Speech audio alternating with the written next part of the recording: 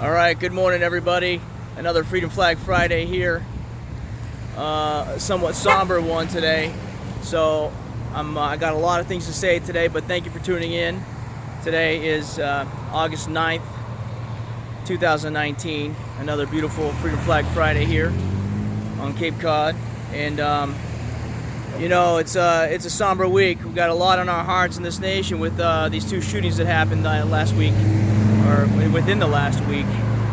And so I want a couple of things to say today. I'm going to kind of give a little personal testimony, a little bit of my story, but I want to give you my take on what's going on, not so much with the shootings and the politics and stuff, but just the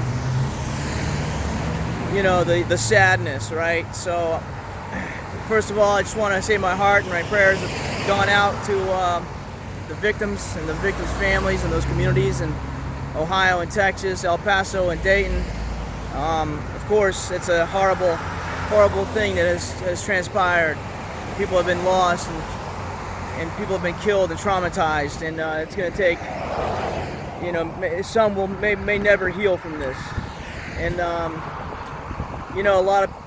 there's a lot of politics going on and a lot of blame going on out there.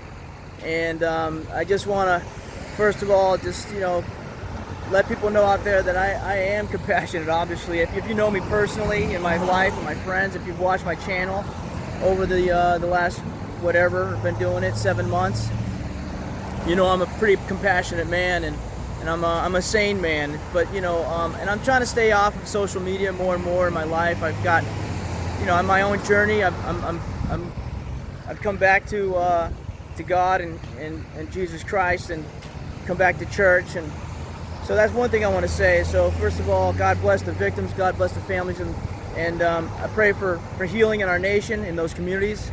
Pray for calm and peace, and that the leaders would find solutions, and that we would come together and not be emotional, because that's what's happening. The emotional knee-jerk reaction is clouding our thinking, and if we want to find a real solution, then we'll have open hearts and minds to consider all of the information that is out there with all these shootings. And there's a lot of common threads if you look back over the last 20 or so years with all these mass shootings,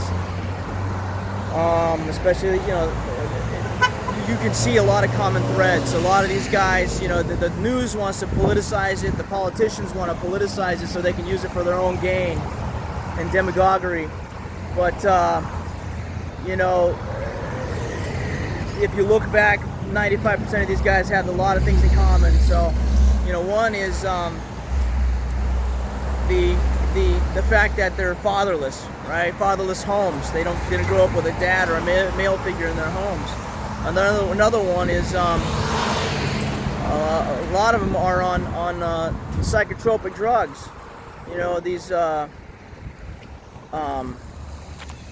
These drugs that for depression and for these antidepressants, and that's a very common thread. And another thing is that you want to look into, that I've come to find out in my research, is that a lot of these guys have connections to intelligence agencies and the FBI, right? Either their parents or a family member or them directly are connected through the military.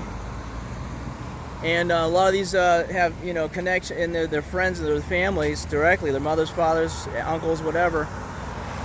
And do I know exactly what happened? No. Do I know how it all went down? No.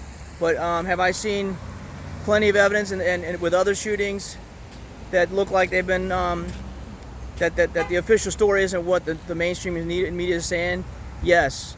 And then whether it's legit or not, if it's genuine and organic, the media is being dishonest about covering it. And they want to say one of these guys was a Trump supporter when he was really a Liz Warren supporter. And they went back and they changed his social media platforms to reflect that he was a Republican, and when it was a Democrat. So there's definitely shenanigans going on, and this is all in the face of the victims and the victims' families, right? So if you're mad at Trump and Trump supporters somehow connecting this by trying to blame Trump and trying to blame white supremacists and things. It's, you gotta look at all the information and it's out there and ask these questions. And it's not insensitive to try to point this out. And just because I post certain things on my Facebook page, I've never posted anything directly that's offensive or directly insensitive or offensive on purpose. If it has been, I'm sorry. I apologize, especially to any victims. But that's not the intent. And I think a lot of people who are misconstruing my words and trying to put words in my mouth, I think even they know in the back of their heads where I'm coming from. Because a lot of people know who I am. I'm not a vindictive person. I'm not a mean person. I'm not a malicious person. I'm just trying to wake people up.